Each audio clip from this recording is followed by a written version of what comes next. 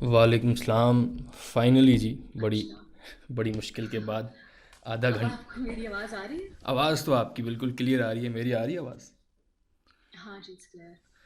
हाँ, recording on कर दें। अब रिकॉर्डिंग का ज़िम्मा आप पे है। अच्छा, मुझे चेक करना था।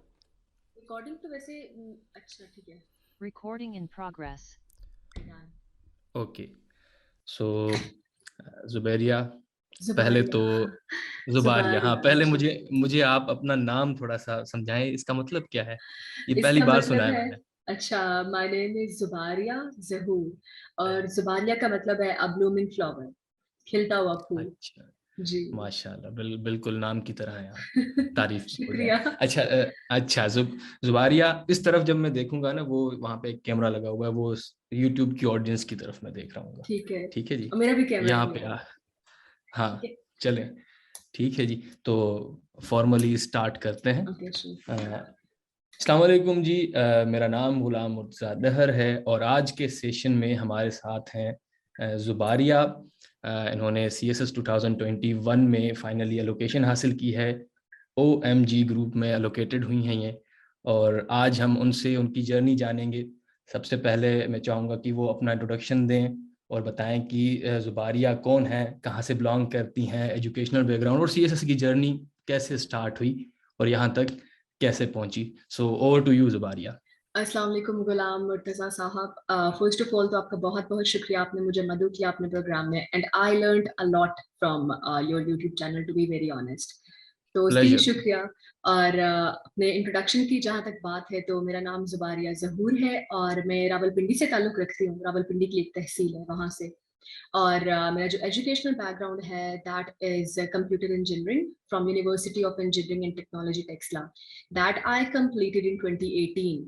और 2018 के बाद से अभी तक मैं कॉर्पोरेट सेक्टर में सर्व कर रही हूँ, आईटी की फील्ड में मेजरली। और मुझे ख्याल आया जो सीएसएस करने का, असल में मेरा शुरू से बैकग्राउंड इस तरह का था कि मुझे इंटरेस्ट था काफ़ी ज़्यादा डिबेटिंग, पब्लिक स्पीकिंग, स्पोर्ट्स वगैरह में और एसे राइटिंग, इस तरह की एक्टिविटीज़ में। तो तब से ये एक रुझान मेरा बन गया था। लीडरशिप रोल्स में भी मैं रही हूँ, वॉलंटियरिंग भी काफी ज्यादा मैंने की है। तो तब से एक आपका वो एक बन जाती है ना, आपकी पर्सनालिटी की डेवलपमेंट उस तरह से होती है। तो दैट हैपेंड टू मी। तो when I started serving in corporate sector, तो आपको पता है आईटी की फील्ड में आपका डेस्क जॉब होती है, आप बैठे रहते हैं सारा दिन, कोडिंग करते रहो, प्रोग्रामिंग करते रहो। तो दैट डिडंट फैसिनेट मी। मुझे ना एक सेटिस्फेक्शन नहीं हो रही थी कि जो काम मैं अभी कर रही हूँ ये मैं सारी जिंदगी इसको कंटिन्यू कर सकती हूँ या नहीं। तो वो एक क्वेश्चन आया मेरे माइंड में। तो जब वो क्वेश्चन आया तो आई थॉट कि अब क्या करना चाहिए। यानी कि मोस्टली लोग ऐसे होते हैं जिनको आइडिया हो जाता है यूनिवर्सिटी लेवल में या पहले ही कि they would go for competitive exam, लेकिन मेरा ऐसा बिल्कुल भी नहीं था। तो मैं जब फील्ड में आई, मैंने सर्व किया, तब मैंने कहा कि नहीं, मेरा तो रुझान किसी और तरफ है। तो then I started exploring the options. तब मैंने कुछ सेशंस भी लिए और कुछ खुद स्टडी किया, सेल्फ स्टडी की, देखा मैंने यूट्यूब पे लोगों को सुना, मेंटर्स को सुना। तो आई वाज लाइक ये मैं कर सकती हूँ, this is my cup of T. So then I started in सही। 2019 में। I gave my first attempt in 2020 और उसमें मैं रिटन में अनफॉर्चुनेटली एलोकेशन पास नहीं कर सकी, जीके का जो पेपर था। अच्छा। एंड बट आई अच्छा। Didn't give up. उसके बाद थोड़ी सी मैं फील किया मैंने कि यार ये नहीं हो सकता, लोग कहते हैं मुश्किल है तो हाँ है मुश्किल, लेकिन फिर था कि अब इतना ज्यादा जब पढ़ लिया है तो व्हाई नॉट। तो देन आई वेंट अगेन, मैंने कंसेक्यूटिव दूसरी अटेम्प्ट दी 2021 में एंड हियर आई एम। माशाल्लाह। अच्छा, आपका पहला अटेम्प्ट 2020 में था, तो वो जी कौन हाँ। सा पेपर था जिसने ज़ुबारिया को कामयाब होने से रोका? असल में मैंने पीएमएस की भी एक अटेम्प्ट दी है और मैंने एससी और प्रेसी का पेपर 3 टाइम्स क्वालिफाई किया है। यानी कि आई डिडंट हैव माशाल्लाह। Any problem with these kind of papers. हुआ मेरे साथ एक बहुत बड़ा मिसहैप था। वो मिसहैप ये था कि जीके का पेपर था। You know, for the first time जब आप हाँ। जाते हैं, एक दिन में दो दो एग्जाम्स हो रहे हैं, वो एक साइकोलॉजिकल आपके माइंड में टेंशन स्टार्ट हो जाती है। तो मेरा फर्स्ट टाइम था, I wasn't ready for this. तो ना मैंने कोई मॉक्स दिए थे, इतनी अच्छी कोई तैयारी भी नहीं थी। तो जीके का जो पेपर था ना, मैंने वो अटेम्प्ट ही किसी और पैटर्न में कर दिया। यानी कि उसका पेपर थोड़ा डिफरेंट होता है as compared to the other ones. तो उसकी वजह से मेरा हाफ जो पेपर था वो तो चेक ही नहीं हुआ। Although I am good in maths, मैं खुद एक इंजीनियर हूँ। तो बस जैसे ही सही। मैं एग्जाम हॉल से बाहर निकली, आई वाज लाइक इस पेपर में तो मैं फेल हो रही हूँ, एंड दैट इवेंचुअली हैपेंड। तो ये इशू हो गया था बिल्कुल। मेरे साथ। अंदाजा हो जाता है अच्छे एस्पिरेंट को। एग्जैक्टली तो पता है अच्छे एस्पिरेंट की निशानी यही होती है कि जब आप एग्जाम हॉल से बाहर निकलें तो आपको अंदाजा जी हो कि आप कहाँ स्टैंड करते हैं। जिस एग्जैक्टली स्टूडेंट को ये नहीं पता नहीं कि उसका पेपर कैसा हुआ है, तो वो फिर मामला गड़बड़ है। नहीं दिस यानी टाइम, आपको अंदाजा था। Yes this time I was 100% sure. मुझे था कि मेरे 600 हाँ, नंबर भी आ गए ना, फिर भी फेल करने वाला पेपर तो मैंने कोई भी नहीं किया। तो ये आपको पता सही होना चाहिए।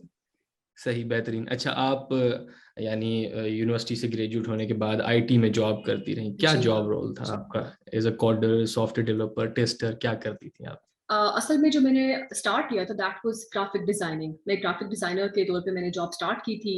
फिर जब मेरी कंपनी को नजर आया कि मेरे अंदर लीडरशिप की थोड़ी सी qualities and then they made me team lead. तब मैं टीम लीड बन गई। वहां पे मैंने 1 साल सर्व किया। उसने काफी ज्यादा पॉलिश किया मेरी एबिलिटीज को, लोगों को मैनेज करना, लोगों को लीड करना और जो भी बाकी सारे टास्क होते हैं। तो अभी करंटली भी मैं जॉब कर रही हूँ and I am working as a manager non tech सही। And that too in a software house. तो इस वजह से भी मुझे काफी ज्यादा मेरी शख्सियत को निखारा है इस फील्ड ने और इस जॉब ने। अच्छा, ये जो आपके बोलने का अंदाज है जिसमें आप उर्दू के अल्फाज इस्तेमाल करती हैं, ये क्या जी लिटरेचर्स के टच से है या ड्रामो वगैरह से अडॉप्ट किया है? अरे नहीं नहीं, मैं आपको बताती हूँ। असल में शुरू से ही मुझे ना पब्लिक स्पीकिंग में स्पीचेस में करती थी, पोएम्स वगैरह पढ़ना बचपन में। उसके बाद जैसे जैसे ग्रोथ होती गई यूनिवर्सिटी में, मैं बैतबाजी बहुत ज्यादा किया करती थी, शायरी पढ़ना और डिफरेंट शुरा को पढ़ना, उनकी बोलने का अंदाज देखना और फिर जो कॉम्पिटिशन्स होते हैं उनमें पार्टिसिपेट करना। और उर्दू की डिबेट तो आपको पता है, उनको तो शायरी का वैसे ही बड़ा बिल्कुल। शौक होता है ना उनके अंदर। इंग्लिश भी मैं करती रही हूँ। और दूसरी बात, ड्रामेटिक्स में काफी ज्यादा मैंने हिस्सा लिया। सिंगर भी हूँ मैं, मैंने ऑल पाकिस्तान सिंगिंग कंपटीशन भी विन किया हुआ है नर्स यूनिवर्सिटी में। तो ये सारी चीजें, मतलब अच्छा, आर्ट की तरफ मेरा एक लगाव है और लिटरेचर भी काफी ज्यादा मुझे फैसिनेट करता है। मैं फिक्शन भी पढ़ती बेहतरीन। हूँ, पोइट्री भी पढ़ती हूँ। तो और ये सब होना चाहिए आपकी पर्सनैलिटी में कहीं ना कहीं। अच्छा, कोई कोई ऐसी पोइट्री जो आपको ऑल टाइम फेवरेट हो, मोटिवेट करती हो, वो एस्पिरेंट्स को सुना दें। अह, अच्छा, असल में हुआ ये कि आपको पता है पाकिस्तान में हमारा जिस तरह का माहौल है। मैं थी भी एक इंजीनियरिंग यूनिवर्सिटी में और वहाँ पे हम्म। लड़कियों की तादाद इतनी ज्यादा नहीं होती। I led a lot of student societies over there despite a lot of men being there ना। तो बड़े आपको एक ऑपोजिशन मिलती है कि एक लड़की हो कि ये क्या कर रही है, तो इसके लिए काम ही नहीं बनता है। सिविल इंजीनियरिंग की सोसाइटीज को ये लीड कर रही है। तो that is the thing that happened. और सिंगिंग आप कर रहे हैं, हम्म। डिबेटिंग आप कर रहे हैं, ऑपोजिशन आपको मिलती है। स्ट्रॉन्ग इंडिपेंडेंट वुमेन को देख के लोगों को फील होता है। That happened to me as well. सही सो व्हेन आई सही डिसाइडेड कि ये करना है वो करना है, तो हेटर्स ना काफी ज्यादा आ जाते थे। मतलब बहुत ज्यादा ऑपोजिशन, और इंकरेज करने वाले लोग काफी कम होते थे। कुछ फ्रेंड्स हो गए या सही। फैमिली वाले हो गए। तो तब ना मैं सुना करती थी तहमीदा रियाज की ये पोइट्री है कि ये ऑल टाइम फेवरेट है। मैं पहले भी सुना चुकी हूँ लोगों को, लेकिन जितनी दफा सुनाऊं अच्छा। उतना ही मुझे अच्छा लगता है। इट्स के कुछ लोग तुम्हें समझाएंगे, वो तुमको खौफ दिलाएंगे, जो है वो भी खो सकता है, इस राह में रहज़न है इतने, कुछ और यहाँ हो सकता है। तो कुछ और तो अक्सर होता है, कुछ और तो माशा। अक्सर होता है, पर तुम जिस लम्हे में जिंदा हो ये लम्हा तुमसे जिंदा है। ये वक्त नहीं फिर आएगा, तुम अपनी करनी कर गुजरो, जो होगा देखा जाएगा। जो होगा देखा हाँ जाएगा, जी। बिल्कुल। ये पोइट्री तो यानी लिख के रखने वाली है कि सामने बंदा असल देखे में और आपको मोटिवेट पता है होते इसका रहे। थीम ये है कि हम लोग कहते हैं ना कि आपका एक बना बनाया करियर है, जैसे डॉक्टर्स हो गए, इंजीनियर्स हो गए। हमारे लिए ये इसलिए भी हम्म। इंपॉर्टेंट है क्योंकि हमें लोग कहते हैं कि आपका जो करियर है बना बनाया, आपने सीएसएस के लिए ब्रेक ली, आप उस साइड पे गए, तो आपका बना बनाया करियर भी चला जाएगा। तो जो है वो भी खो सकता है। तो उस पर हम कहते हैं कि कुछ बिल्कुल और तो अक्सर होता है, वो तो होता रहता है। अगर आपने एक्स्ट्राऑर्डिनरी बिल्कुल कुछ करना है तो रिस्क तो आपको लेना पड़ेगा। तो दैट्स द बिल्कुल। थीम। यानी यानी ऑल आउट आपने अटेम्प्ट देना है, कोशिश करनी है, कश्तियां जला एग्जैक्टली देनी है, सारी कश्तियां जला और देनी फिर, है। हाँ, फिर देखना है कि क्या होना है। हाँ जिस पे मुझे याद आ ये- गया, वो कहते हैं कि मुश्किल है अगर हालात वहां दिल बेचाए जा दे आए, क्या कूचा है जाना में अब ऐसे भी हालात नहीं। तो कुछ तो करें सही। आप अपनी तरफ से, गिव यू 100%। उसके बाद आप लक पे बिल्कुल डिपेंड करें या दुआएं करें, जो भी है, but it's gonna work for you then. सही, बिल्कुल। अच्छा, कुछ स्टूडेंट्स जब मैं ऑनलाइन पढ़ाता हूँ बच्चों को, तो मैं ये बार बार कहता हूँ कि give your best, give you 100%। मेरा पर्सपेक्टिव ये होता है कि आप 100% से मुराद ये है कि खुद से कॉम्पीट करते रहें, यस, किसी और से कॉम्पीट करने के बजाय। आप एक दिन पहले जैसे थे अगले दिन उससे बेहतर हो। बेहतर ऐसा ना हो। हो कि आप जुबैरिया से कॉम्पीट करें, गुलाम मुर्तजा से कॉम्पीट करें, या किसी एग्जैक्टली थर्ड पर्सन से कॉम्पीट करें। ये एक की होती है जो मेरी नज़र में बहुत इंपॉर्टेंट है। आपकी स्ट्रैटेजी क्या रहती थी? आप अपने इर्द गिर्द में जो फैमिलीज में कुछ लड़के लड़कियां होती हैं ना, उनसे कंपेयर करते हैं पेरेंट्स, वो ये कर रहा है, ये कर रही है, तो उनसे आप खुद को कंपटीशन में देखती थी या खुद से कंपटीशन होता था? नहीं, टू बी वेरी ऑनेस्ट, ना ही हमारी फैमिली का ऐसा बैकग्राउंड है, मेरे जो पेरेंट्स हैं, मेरे सिबलिंग्स हैं, सब लोग बहुत सपोर्टिव है। हमारी तरफ कंपैरिजन वाला वो सेटअप है ही नहीं कि फलाने ने ये अच्छा। कर लिया, उसने कॉम, क्योंकि आपको पता है मेरी फैमिली में I am the first CSP in my family, in my whole tehsil. कभी किसी ने ये अटेम्प्ट भी नहीं दी, तो no one ever thought of it. तो उसके लिए सही। मेरे पास ये था कि अपने आप को जब आप देखें ना, इंसान का सबसे बड़ा कंपटीशन वो खुद ही होता है। जब आप खुद को ओवरकम कर लेते हैं ना, खुद ही का कॉन्सेप्ट भी यही है, जब आप खुद को ओवरकम कर लेते हैं तब देयर इज नो कंपटीशन। अब कोई सही। आपसे कितना बेहतर हो सकता है, क्योंकि दुनिया तो डाइवर्स है, हर किस्म के लोग हैं, हर किस्म का टैलेंट है लोगों के पास। If you start doing that, you will lose your individuality. आपकी अपनी जो इंडिविजुअलिटी है वो तो खत्म हो जाएगी, वो रहेगी नहीं खुद ही को आपके नहीं अंदर। गंवाना। एग्जैक्टली, खुद ही को बिल्कुल। आपने नहीं गंवाना। और अपने आप को जितना पॉलिश करेंगे, जितनी अपनी स्किल्स पे काम करेंगे, आप देखें, मेरा ये होता था कि मैं देखती थी आज मुझे ये चीज आती है तो कल मेरे पास इससे ज्यादा नॉलेज होना चाहिए। व्हाट इज समथिंग न्यू सही। That I should learn, skill होना चाहिए मेरे पास, मुझे इस चीज के बारे में पता होना चाहिए। तो जब आप अपनी पर्सनैलिटी डेवलपमेंट पे फोकस करते हैं, दूसरों को बिल्कुल एक साइड पे रख के, तो ये आपके लिए काम करता है। वरना तो आप हमेशा इंफीरियोरिटी कॉम्प्लेक्स में जाते रहते हैं कि उसको तो ये आता है, उसको तो ये सही। आता है। आपको पता है, मैं अपनी स्टोरी सुनाती हूँ कि मैंने अभी भी इवन फॉर इंटरव्यू, मैंने जस्ट 2 साइकोलॉजिकल के डेज और एक इंटरव्यू का, I just took 3 leaves from my office. Even for written I just took 6 leaves from my office. अब मैं देखती हूँ अपने दोस्तों को कि यार वो तो 3-3 साल से बैठे तैयारी कर रहे हैं, तो फिर तो ऑफ कोर्स मैं डिमोटिवेट हो जाती। I wouldn't even give this attempt, अगर सही। कंपैरिजन की बात करें। तो आपने अपने आप को देखना होता है, अपने आप पे काम करें, अपना सेल्फ एनालिसिस जरूर करें। Self analysis is the key. You should know where you बिल्कुल। स्टैंड। खुद अपना एनालिसिस करें, खुद अपनी वीकनेसेस और स्ट्रेंथ्स पे काम करें, और यही आपके लिए काम करेगा लॉन्गर रन में। अच्छा, आप अपनी फैमिली के बारे में बताएं, आप कौन से नंबर पे हैं भाई बहनों में? क्योंकि बड़ा, अच्छा। जब आपका एल्डर ब्रदर या सिस्टर होता है तो वो मोटिवेशन होता है। आप कौन से नंबर पे हैं और आपने ये अचीव कर लिया है, तो आप सबके लिए सोर्स ऑफ जी, मोटिवेशन है पूरी तहसील असल के में, लिए। घर घर जी, से स्टार्ट करें। असल में मैं मिडिल चाइल्ड हूँ, to be very oh. Honest, लेकिन मेरे घर में मेरा एक सही। डोमिनेंट रोल है। हम लोग सही। 7 सिबलिंग्स हैं, तो 5 सही। बहनें 2 भाई हैं। बड़े भाई मेरे इंजीनियर हैं इलेक्ट्रॉनिक्स। उसके बाद मेरी तीनों सिस्टर्स जो हैं, 2 फिजिक्स में, एक पीएचडी है, एक एमफिल है, एक इंग्लिश में मास्टर्स है। सब लोग एजुकेशन की फील्ड में सर्व कर रहे हैं, और मैं फिर आती हूँ माशाल्लाह। 5वें नंबर पे। तो कभी किसी का, हालांकि एजुकेशन की तरफ रुझान है, लेकिन इस कॉम्पिटेटिव एग्जाम की तरफ कभी किसी का वो नहीं गया रुझान। लेकिन when I went for it, तो मुझे सबने बहुत ज्यादा सपोर्ट किया। यानी जितने जिसकी तैयारी, वो जनरल साइंस की तैयारी है, मेरी सिस्टर्स मुझे हेल्प करती थी, फिजिक्स में हो गया, तो उस सब ने काफी ज्यादा सपोर्ट किया इन सब ने। लेकिन अब मेरे जो 2 छोटे सिबलिंग्स हैं, of course I will make them follow this path if they want to. तो बहुत ज्यादा, यानी पूरी फैमिली के लिए ना एक इंस्पिरेशन होती है, एक मोमेंट ऑफ प्राइड होता है, तो वो चीज मेरे लिए काफी ज्यादा मैटर करती है। माशाल्लाह, आपकी यानी सारी फैमिली बहुत ही अच्छी लेवल पे एजुकेशन हासिल कर जी, चुके हैं और एक दूसरे के अल्हम्दुलिल्लाह। लिए आप सब मोटिवेशन का बायस बनते एग्जैक्टली, हैं। और यही अच्छा, चीज आपके मैटर करती है। आपके फादर वो क्या करते हैं? अच्छा, मेरे फादर एटॉमिक एनर्जी कमीशन से रिटायर्ड है, तो ही यूज्ड टू सही। Work there as a technical officer. अभी उन्होंने रिटायरमेंट ले लिया, and he is at home. क्योंकि अभी हम सब लोग अपनी फील्ड में, हम लोग 5 से 4 सिबलिंग्स अपनी फील्ड में सर्व कर रहे हैं, तो वी आर लाइक अब आप रेस्ट करें। My mother is a housewife. My mother also used to do poetry, तो वो अच्छा, किया हाउस करती थी, तो हाउस वहीं से। मेकर। एग्जैक्टली, शी इज हाँ। House maker. और क्योंकि आपको पता है फिर हमारा ब्राउन फैमिलीज में किस तरह का सिस्टम होता है, बच्चों को भी देखना होता है, तो you have to do this. सही। अच्छा, आपके फादर का कोई इसमें रोल था कि आप सीएसएस करें, या खुद से ये ख्याल आया कि अब अच्छा, सीएसएस करना चाहिए?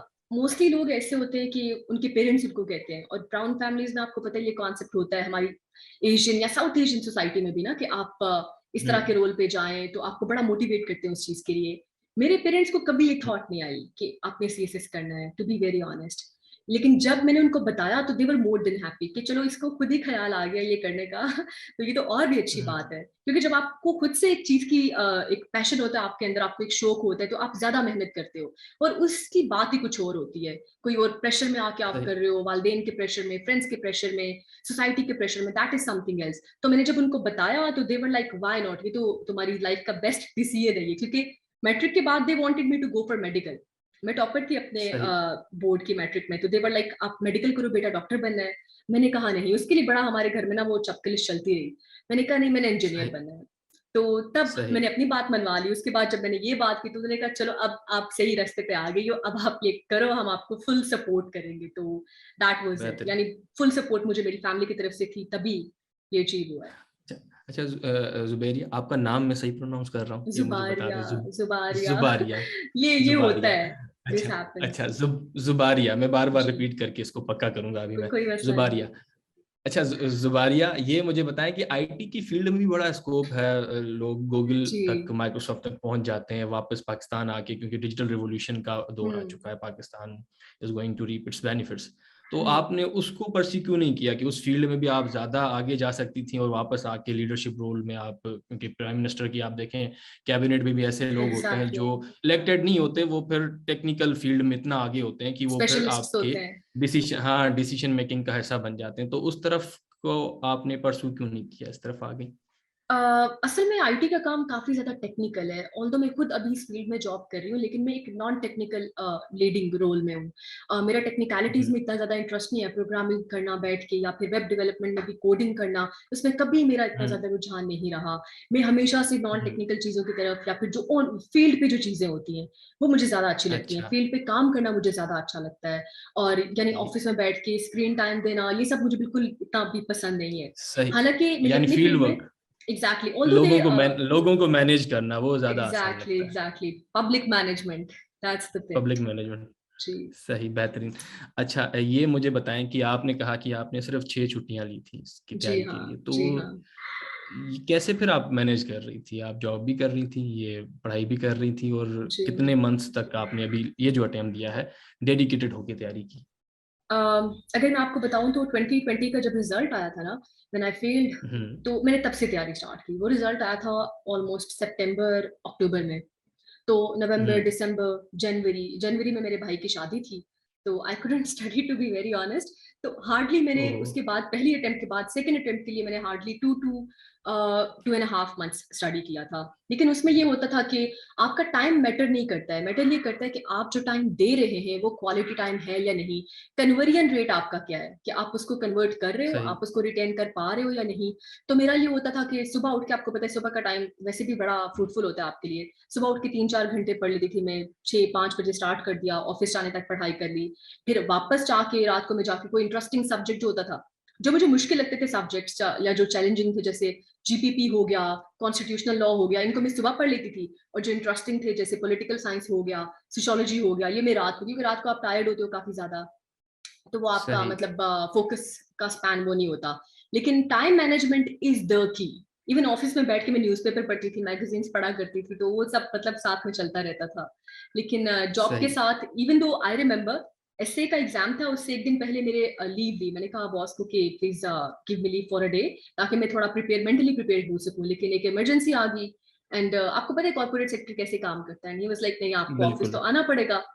तो एसए के पेपर से एक दिन सही। पहले भी हम काम कर रहे थे। लेकिन अल्लाह का शुक्र है कि हो गया है। किसी वक्त में मैंने भी एज अ डेटा साइंस किसी कंपनी डेटा में काम साइंटिस्ट, किया, तो अंदाजा है ओके। मुझे। ओके हाँ, ओके। तो ये अनसर्टेन वक्त पे कॉल्स आ जाती हैं, आपका टाइम एग्जैक्टली, खत्म भी हो जाता है, वो फिर कुछ ना कुछ काम आ ही जाता आ है। ही अच्छा, जाता है। ये बताएं मुझे कि आपने पहले अटेम्प्ट में नोट्स वगैरह कुछ बनाए होंगे, तो दूसरे जी अटेम्प्ट हाँ। में दोबारा से स्क्रैच से नोट्स बनाए, या उन्हीं को ही थोड़ा सा एडिशंस करके, या नोट्स बनाए या नहीं बनाए? पहले तो वो सवाल का जवाब दें, उसके जी बाद हाँ। नोट्स का क्या हुआ? कुछ स्टूडेंट अच्छा। ऐसा करते हैं ना, ये नोट्स, हम्म, ये काम नहीं आए, इन्होंने मुझे फेल करवा दिया, अब नए नोट्स बनाएंगे। नहीं नहीं तो नहीं आपकी नहीं। स्ट्रैटेजी क्या थी? अच्छा, मेरी स्ट्रैटेजी ये थी, मैंने फर्स्ट अटेम्प्ट में जो नोट्स बनाए, मैंने सेकंड में भी वही नोट्स पढ़े, लेकिन उनको मैंने इम्प्रोवाइज किया। दैट इज द की। क्योंकि मेरे पास टाइम सही। की भी काफी किल्लत थी, उसमें भी मेरे पास इतना स्कोप नहीं था खेलने का। लेकिन एक सब्जेक्ट था जो मैंने चेंज किया था, जस्ट क्रिमिनोलॉजी की जगह I went for constitutional law. लेकिन वो भी मेरा पॉलिटिकल साइंस के साथ ओवरलैपिंग था, तो मुझे इतनी ज्यादा कोई मेहनत नहीं करनी पड़ी। लेकिन जो बेसिक नोट्स थे वो मैंने वही रखे। लेकिन चेंज जो था, जो दैट वर्कड फॉर मी, सबसे बड़ी बात वो ये थी कि इस दफा जो मैंने नोट्स बनाए थे वो सिर्फ और सिर्फ रेफरेंसेस के बनाए थे। बुक्स के नोट्स बनाए थे, यानी रेफरेंस बुक्स पढ़ के उनके 1 पेजर्स हर बुक का बना लिया। हर सब्जेक्ट के लिए मैंने 3-3, 4-4 रेफरेंस बुक्स याद की हुई थी, उनके डिफरेंट रेफरेंसेस याद किए हुए थे, आयात के, अहादीस के, स्टैट्स के, फैक्ट्स के। तो इस दफा मेरे क्या किया कि जो इम्प्रोवाइजेशन है उन पे काफी ज्यादा फोकस किया। अदरवाइज नोट्स मेरे बिल्कुल पहली अटेम्प्ट वाले ही थे, क्योंकि मुझे पता था और आपके लिए इजी हो जाता है उस तरीके से काम करना। लेकिन मैं आपको एक बात बता दूं कि इंटरव्यू के लिए मैंने स्क्रैच से नोट्स बनाए थे, although people don't believe this. लेकिन जब मेरा रिटन क्लियर हो गया तो मुझे यकीन ही नहीं आ रहा था कि हो गया क्लियर इतनी एफर्ट के साथ भी। तो मैंने कहा अब तो मैं 100% डेडिकेटेड एफर्ट दूंगी, और देन आई स्टार्टेड मेकिंग सही, न्यू नोट्स फॉर दैट। सही, बेहतरीन। अच्छा, अभी आप मुझे ये बताएं, आपके सब्जेक्ट की तरफ आ जाते हैं। जी सोशियोलॉजी हाँ। में आपने 73 स्कोर, यानी ये जी हाँ। सब्जेक्ट एक तो बहुत ही ऐसा माना जाता है कि स्कोरिंग नहीं है, इसकी जगह रीजनल लैंग्वेज ऑप्ट कर लें, वहां से स्कोर आ जाता है। आपने क्या स्ट्रैटेजी इसमें फॉलो की, इतना ज्यादा स्कोर, अच्छा to score? Be very honest, अगर मैं आपको बताऊं मेरे पास स्कोप होता या मेरे पास कोई रीजनल लैंग्वेज मुझे आती होती, I would go for language, जिसे लोग करते हैं, क्योंकि आपको पता है ये हमेशा से रिवॉर्डिंग रहती है और एक यूनिफॉर्म ट्रेंड है जो बिल्कुल चेंज नहीं हो रहा, तो वो करना चाहिए आपको। लेकिन अगर आपका इंटरेस्ट वहां पे नहीं है तो सोशियोलॉजी बेस्ट सब्जेक्ट है। वो किस वजह से? क्योंकि मुझे तो वैसे भी काफी ज्यादा मेरे अंदर क्यूरोसिटी है कि कोई भी चीज को आपको पता होना चाहिए, सोसाइटी कैसे चल रही है, एवोल्यूशन कैसी हुई है, हमारा सिस्टम कैसे काम कर रहा है। सोशल इंस्टीट्यूशंस को पढ़ने में मुझे काफी ज्यादा इंटरेस्ट है, तो उसने मुझे काफी ज्यादा हेल्प किया। फर्स्ट अटेम्प्ट में क्या हुआ था कि मैंने रेफरेंसेस पे इतना ज्यादा काम नहीं किया था, मैंने सोशियोलॉजिस्ट्स पे या फिलोसोफर्स पे, उनकी बुक्स पे, उनके एरास पे इतना काम नहीं किया था। This time I did it. इस दफा मैंने क्या किया कि जो भी कोई क्वेश्चन आता था उसमें जो भी आपके रेलेवेंट सोशियोलॉजिस्ट आ रहा है, उसने कौन सी थ्योरी दी, कब दी, कौन से कॉन्टेक्स्ट में दी, तब कौन सा टाइम चल रहा था, क्यों इसकी जरूरत पेश आई, and why it's relevant today. तो जब आप अपने क्वेश्चन की सारी डायमेंशंस को कवर कर लेते हो ना, तो फिर एग्जामिनर के पास कोई वो बचता नहीं है चारा कि वो आपको नंबर ना दे। तो this is the thing that सही। I followed. Sociology is a really interesting subject for me. अच्छा, सोशियोलॉजी का आपने कोई एक टेक्स्ट फॉलो किया, या जो रिकमेंडेड किताबें होती हैं वहां से आपने? अच्छा, सोशियोलॉजी में मैंने 2 बुक्स पढ़ी थी पूरी, यानी कि बाकी तो रेफरेंस में तो हम पढ़ते रहते हैं साथ साथ, लेकिन हम्म। कॉन्सेप्ट्स के लिए मैंने पढ़ी थी sociology by Horton and Hunt, और दूसरी मैंने हम्म। पढ़ी थी पाकिस्तानी पर्सपेक्टिव के लिए सोशियोलॉजी बाय टागा ब्रदर्स। इसके अलावा जिस चीज ने मुझे सही। काफी ज्यादा हेल्प किया, दैट वाज रिसर्च पेपर्स। कोई सा भी सब्जेक्ट है, सही। आपने क्या करना है, टॉपिक का नाम लिखना है, पीडीएफ लिखना है, आपके पास रिसर्च पेपर्स आ जाएंगे। तो उनसे काफी ज्यादा मैंने ठीक। इन्फॉर्मेशन ली थी।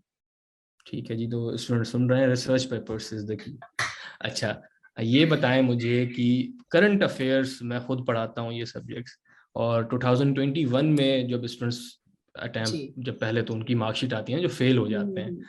तो एक पूरी बम्बारमेंट हो जाती है इनबॉक्स में, सर ये मार्कशीट है मेरी, ये मार्कशीट है। तो मैंने जी। सब में ये पैटर्न देखा, 30s 40s 30s 40s, वरना तो मेरे स्टूडेंट्स का 50s 60s में भी स्कोर आता रहा है, उससे ज्यादा भी कहीं का आ जाता एग्जैक्टली। है। लेकिन इस बार 2021 में 40s, टॉपर्स की भी आप देखें जो फर्स्ट सेकंड थर्ड पे हैं, उनका भी यस। 40s में स्कोर है।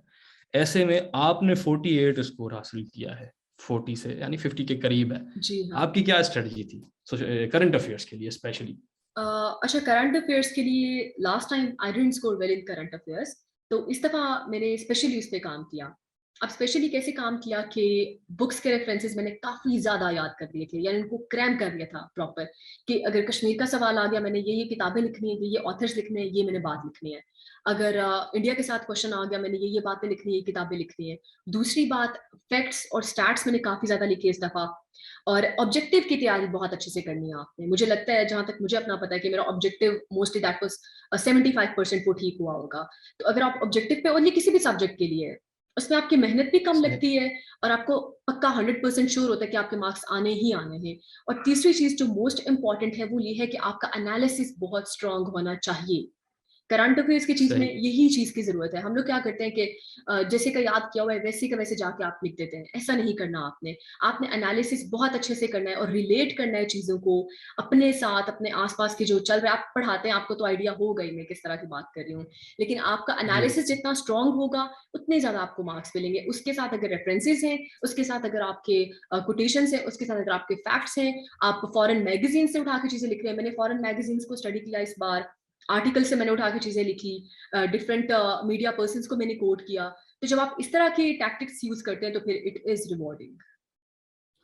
अच्छा, ये बताएं मुझे कि ये जो सीएसएस का फाइनल रिजल्ट आया है, इसमें आधे से ज्यादा कैंडिडेट्स के सामने लिखा हुआ है सब्जेक्ट टू मेडिकल फिटनेस, आप किस नाम के सामने नहीं था, ये क्या भला है? मैंने खुद इस पे रिसर्च नहीं की, मैंने कहा किसी कैंडिडेट से पूछ लूंगा मैं। अच्छा, नहीं नहीं, असल में हुआ ये था कि हमें मेडिकल का भी एग्जाम देना होता है, मेडिकल एग्जामिनेशन होता अच्छा। है हमारा। तो राइट। हम लोग फर्स्ट टाइम के मेडिकल एग्जामिनेशन के लिए, उसमें आपका वेट होता है, आपका बीएमआई होता है, आपकी हाइट हो गई, आपके डिफरेंट शुगर के टेस्ट होते हैं, ब्लड टेस्ट होते हैं। तो जिनका सही। क्लियर, अच्छा मोस्टली जिनका लिखा हुआ है ना 90% ऑफ द पीपल, उनका वेट का इशू है, ईदर दे आर अंडर ओहो। वेट और ओवर वेट, और मोस्टली मेरे फ्रेंड्स भी ये ज्यादातर, तो वो सारे ओवर वेट है, ये इशू है। ओहो। वरना ये लोग रिलैक्सेशन दे देते, लेकिन इस time they didn't do that. दूसरी दफा ये लोग हाँ। डेफर कर रहे हैं। तो ये वो लोग हैं जिनको सही। डेफर किया हुआ है and they are subjected to medical fitness. अगर उन्होंने क्लियर कर लिया तो दे आर रन। अच्छा अच्छा, अगर जी जी उन्होंने वेट कम नहीं किया? जी हाँ, जी हाँ, सही है। अगर बीएमआई वेट कम उनका वो ना कर, परफेक्ट नहीं आया। हाँ वेट तो कहते हैं कि आप जो है ना, बहुत ज्यादा मोटिवेशन चाहिए सीएसएस पास करने से नहीं, ज्यादा असल में वेट कम करने वो के चेक लिए। ये कर रहे होते हैं कि आपके अंदर वो ऑडेसिटी है या नहीं, आप कर सकते हो या अच्छा। नहीं, विल पावर है या नहीं। तो जो लोग उनको टाइम स्लॉट देते हैं, इफ दे डू इट, तो फिर वो क्लियर कर देते हैं फिर। सही, बेहतरीन। यानी इसका ये मतलब था, यानी जी हाँ, सबको जॉब तो मिल जाएगी लेकिन थोड़ी सी मेहनत करनी पड़ेगी अभी थोड़ी भी सी एक्स्ट्रा। मेहनत करनी पड़ेगी, हाँ, ऐसा क्योंकि ही है। वो बंदा जब सीएसएस की तैयारी करता है या करती है तो आप यस 8-8 घंटे डेस्क पे बैठे रहते हैं। यस, आपको अपने लिए टाइम नहीं मिलता, दुनिया को देखना पड़ता है, पुतिन क्या कर रहा है, ट्रम्प ने क्या बोल दिया, एग्जैक्टली, अभी बाइडेन है वो क्या बोल रहा है, जी, इन चीजों को देखना होता है। फैमिली में क्या हो रहा है वो उसका पता नहीं उसका है। भी आपको नहीं पता दुन, होता, दुन, ऐसा ही है। दुनिया में क्या हो रहा है उसका पता होना जरूरी है, तो फिर वेट तो बढ़ जाता है। जी अच्छा, हाँ। अभी आप अपने इस पूरे एक्सपीरियंस से किन चीज़ों में समझती हैं कि एक एस्पिरेंट को मुश्किल पेश आती है, और जब कोई तैयारी शुरू करना लगे तो उन पे ज़्यादा फोकस करना चाहिए स्टार्ट में ही, जैसे आगे का सफ़र सीएसएस का आसान हो जाए? आपने अह, दूसरी बार में पास किया है, हम्म, तो क्या रिकमेंडेशंस होंगी जो एस्पिरेंट्स अभी आपको सुन रहे हैं? अच्छा, पहली जो मेरा मशवरा है, जो मुझे इंटरव्यू के दौरान रियलाइज हुआ, कि हम्म। आपको बेसिक नॉलेज आपका आपके फिंगर टिप्स पे होना चाहिए, बिल्कुल 100%।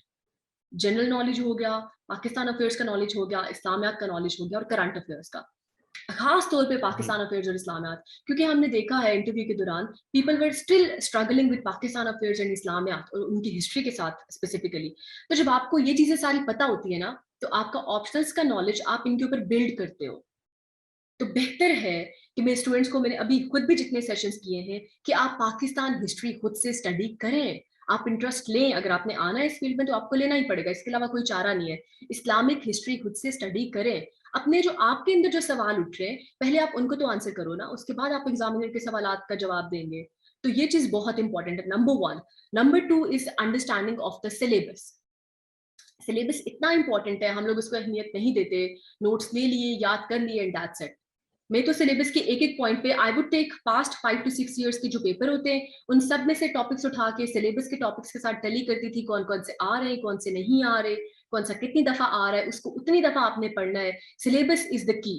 सिलेबस को लेना है, आप उसको बेशक वेब पे देखें, आप उसको रेफरेंस बुक्स में देखें, अपनी पेट बुक्स में देखें। नंबर 1, आपके पास बेसिक नॉलेज होना चाहिए। Number 2, syllabus. और नंबर 3, आपकी इवेल्युएशन बहुत इंपॉर्टेंट है। आप जो भी कर रहे हैं, आपको अपना नहीं पता चलता, ऐसे लिख रहे हैं राइटिंग में स्पेसिफिकली, क्योंकि 90% लोग ऐसे में ही फेल होते हैं। आप बार बार अपने मेंटोर से इवेलुएट करवाओ, आप सीखे लोगों से जो आपको सिखा रहे हैं, ताकि आपको अपनी गलतियों का इदराक टाइमली हो जाए और आप वो मिस्टेक्स पेपर में ना करें। That's why this is really important. आप मॉक्स दें, इवेल्युएशन करवाएं। और चौथी मोस्ट इंपॉर्टेंट चीज, दैट इज योर मोटिवेशन। हमारे साथ अभी भी लोग सही। हैं जिन्होंने थर्ड अटेम्प्ट में जाके क्लियर किया है, तो फर्स्ट में रह गए कोई मसला नहीं है, सेकंड में भी रह गए कोई मसला नहीं है, लेकिन आपने डीमोटिवेट कभी भी नहीं होना। सही। अच्छा, मोटिवेशन का सोर्स यूट्यूब से आए या खुद ही खुद से आए, ये कहाँ से आता है अच्छा, YouTube से भी आपको? आता है। मैं आपको एक बात बताती हूँ, हाँ। अभी पिछले दिनों आपने वो एक इंडियन सीरीज चली थी एस्पिरेंट्स के नाम से, आपने भी उसका हाँ। एनालिसिस किया था, इफ यू रिमेंबर, मैंने जी देखा था बिल्कुल। आपको वो हाँ। एनालिसिस। तो जब आप इस तरह की चीजें देखते हो, उसमें भी देखें क्या स्टोरी थी उस बंदे की, एंड जबरदस्त। कैसे जर्नी उन्होंने दिखाई है। तो इस तरह की चीजें देख के मुझे तो, आपको to be very honest, music is a source of motivation for me. आपको जिस चीज में भी इंटरेस्ट होता है, तो मैं जब भी डाउन फील करती थी तो ऐसा म्यूजिक सुन लेती थी, या फिर अपनी फैमिली से बात कर देती थी, या फिर कुछ ऐसी सक्सेस स्टोरीज, आपका चैनल देख लिया या किसी और को देख लिया कि लोग किस तरह से नीचे से ऊपर जाते हैं। और हर्डल्स हर किसी सही। के रास्ते में आती ही आती हैं, but sweets are the uses of adversity. तो सही। आपको फिर फल तभी मिलना है जब आप सब्र करोगे। तो आपने डिमोटिवेट नहीं होना, जोन सा भी सोर्स है। कुछ लोग अपने मेंटोर से अच्छा। मोटिवेशन लेते हैं, कुछ सिबलिंग से, पेरेंट्स से, या फिर सॉन्ग से, लिटरेचर से, जो भी चीज है, बट स्टे मोटिवेटेड। अच्छा जुबारिया, आखिरी सवाल, जी हाँ। ये ऐसे आपने हर बार पास किया आपके मुताबिक, जी तो हाँ। इसको कैसे आपने हैंडल किया? ये हर बार फेल करवाता है स्टूडेंट्स को, आपने हर बार पास कर लिया है। इससे का एक बार जब आपने राज पा लिया ना, फिर आप इसको फेल नहीं हाँ, करेंगे। वो राज अब अच्छा। बता दें बस। अच्छा। अगर राज उसका दुनिया दुनिया को बता दें, ये सुन रहे हैं, इनको पता चल जाना चाहिए अब। हाँ जी, वो राज अभी हम फाश करते हैं। राज ये हाँ है कि राज इसका कुछ भी नहीं है। नंबर वन, आपकी हाँ, प्रैक्टिस है, आपकी अंडरस्टैंडिंग है, सही। आपकी ग्रामर और टेंसेस पे कोई भी समझौता नहीं होगा। ये आप भी स्टूडेंट्स को पढ़ाते हैं, आपको पता होगा पाकिस्तान में लोग पढ़ते रहते हैं, नॉलेज है, कंटेंट है, हर चीज है, लेकिन एस और ईएस का आइडिया नहीं है, पार्ट्स ऑफ स्पीच का सही आइडिया नहीं है, टेंसेस का आइडिया नहीं है, तो आपको एग्जामिनर सही कभी भी पास नहीं करेगा। आप बेशक बहुत अच्छा सही लिख के आ जाए, बहुत अच्छा कंटेंट आप लिखें, लेकिन जब तक आपका ग्रामर स्ट्रांग नहीं है, आपका सेंटेंस स्ट्रक्चर स्ट्रांग नहीं है, वो नहीं करेगा। अच्छा, ये स्टेप नंबर वन है। जब आपने स्टेप नंबर वन क्लियर कर लिया, उसके बाद दूसरे स्टेप पे आते हैं। दूसरे स्टेप में आपको हम्म, पैराग्राफ बनाना आना चाहिए, आपको पता होना चाहिए कौन से एस्से में मैं कौन सा पैराग्राफ बनाऊंगा, किस तरह का। जैसे कि अभी मैं भी स्टूडेंट्स को बताती हूँ, आप लोगों ने क्या करना है, आपको पता होना चाहिए ये कंपेयर एंड कंट्रास्ट का एस्से है, आपको पता होना चाहिए ये डिस्क्रिप्टिव एस्से है, आपको पता होना चाहिए एक्सपोजिटरी है, ये क्रोनोलॉजिकल है, किस मेथड में, कौन से स्ट्रक्चर में आपने लेके चलना है उसको।